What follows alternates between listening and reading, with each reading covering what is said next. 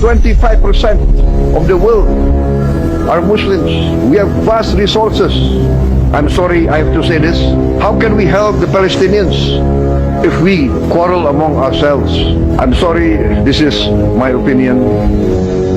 Utusan PBB berkaca-kaca. Upaya Prabowo satukan negara Muslim di KTT D8.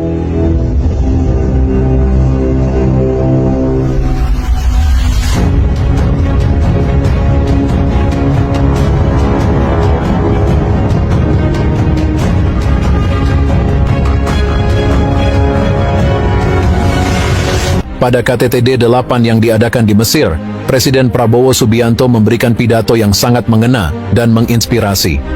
Dalam kesempatan tersebut, ia menyoroti isu penting yang telah lama mengganggu masyarakat internasional, yakni penindasan yang dialami oleh Palestina.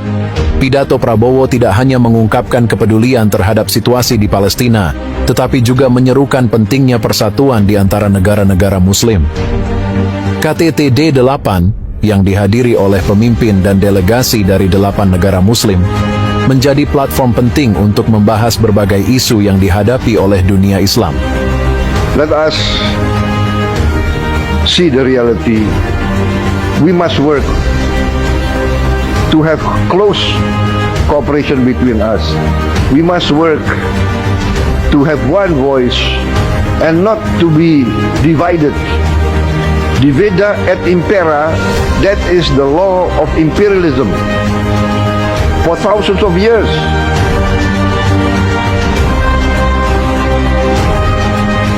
Salah satu poin utama dalam pidato Prabowo adalah penekanan pada penindasan yang dilakukan oleh Israel terhadap rakyat Palestina. Sejak lama, konflik ini telah menjadi sorotan global, tetapi seringkali diabaikan oleh banyak negara. Prabowo dengan tegas menyatakan bahwa penindasan ini tidak hanya melukai rakyat Palestina, tetapi juga merupakan tantangan bagi moralitas dan keadilan dunia. Dengan nada yang penuh emosi, Prabowo menegaskan bahwa seluruh negara Muslim harus bersatu dalam mendukung Palestina. Ia menyebutkan bahwa jika negara-negara Muslim tidak bersatu, maka suara mereka tidak akan didengar di panggung internasional. When will this end? How can we help the Palestinians if we quarrel among ourselves? Let us be honest. Let us be honest to our people. I'm sorry I have to say this, because I attend so many of the summits and all we do is give declarations of support. Indonesia will try to do its best in whatever we can do. Dalam pidatonya, Prabowo menekankan pentingnya persatuan di antara negara-negara Muslim. Ia mengajak semua pemimpin untuk mengesampingkan perbedaan dan bersatu demi kepentingan bersama. Dengan penuh semangat, ia berkata, "Kita tidak boleh terpecah belah. Hanya dengan bersatu kita bisa mengatasi berbagai tantangan yang dihadapi oleh dunia Islam." Pesan ini sangat relevan di tengah berbagai konflik internal yang terjadi di negara-negara Muslim. Prabowo percaya bahwa dengan kerjasama yang erat, negara-negara ini dapat menciptakan kekuatan yang lebih besar dalam menghadapi berbagai isu, termasuk ekonomi dan keamanan. I call for let us, the Muslim countries, realize what is happening. We are not being respected. They do not care about our voice. Once again, I say they do not care about our voice. Human rights is not for Muslim people. Reaksi ini menandakan bahwa isu Palestina dan persatuan negara Muslim bukanlah hal yang remeh. Pidato ini berhasil membangkitkan kembali kesadaran akan perlunya tindakan nyata untuk mendukung hak-hak rakyat Palestina. Ini juga menjadi momentum bagi negara-negara Muslim untuk meneguhkan komitmen mereka dalam membantu sesama umat. Meskipun pidato Prabowo mendapatkan respon positif, tantangan tetap ada. Persatuan negara-negara Muslim bukanlah hal yang mudah untuk diwujudkan. Ada berbagai kepentingan politik, ekonomi, dan budaya yang seringkali menjadi penghalang. Namun, dengan adanya kepemimpinan yang visioner dan berani seperti Prabowo, ada harapan untuk memulai langkah-langkah konkret menuju persatuan. Prabowo mengingatkan bahwa semua pihak harus berkomitmen untuk menjaga dialog dan kerjasama, Ia menekankan pentingnya saling menghormati dan memahami perbedaan untuk membangun kesepakatan yang lebih besar. Dengan demikian, tujuan bersama untuk mencapai keadilan bagi Palestina dan stabilitas dunia Islam dapat terwujud. Pidato Presiden Prabowo Subianto di KTT D8 di Mesir adalah sebuah seruan yang kuat untuk persatuan dan solidaritas di antara negara-negara Muslim.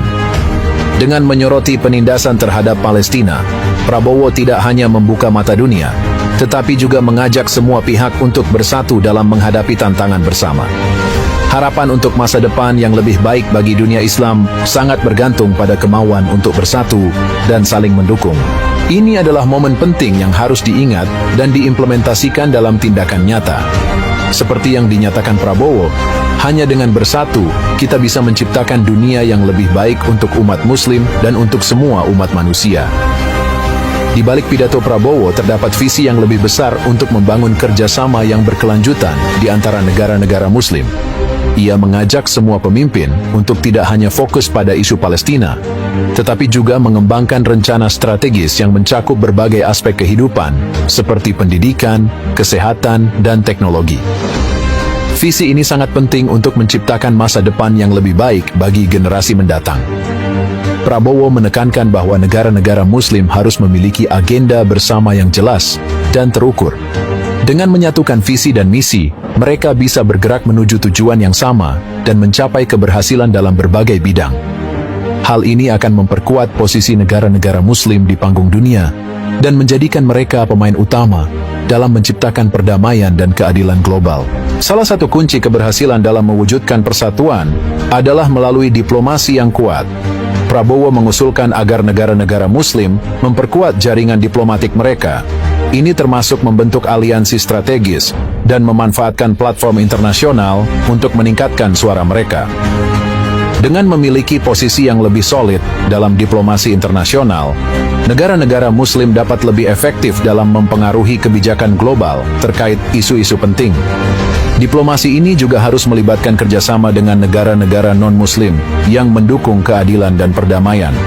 Prabowo menekankan pentingnya menjalin hubungan yang saling menguntungkan, bukan hanya berdasarkan kepentingan politik, tetapi juga berdasarkan nilai-nilai kemanusiaan dan keadilan. Di akhir pidatonya, Prabowo menekankan bahwa persatuan adalah harapan yang harus dipegang teguh oleh semua negara Muslim. Ia mengajak semua pemimpin dan masyarakat untuk berkomitmen dalam upaya mencapai tujuan bersama. Membangun masa depan yang lebih baik tidak hanya tanggung jawab pemerintah,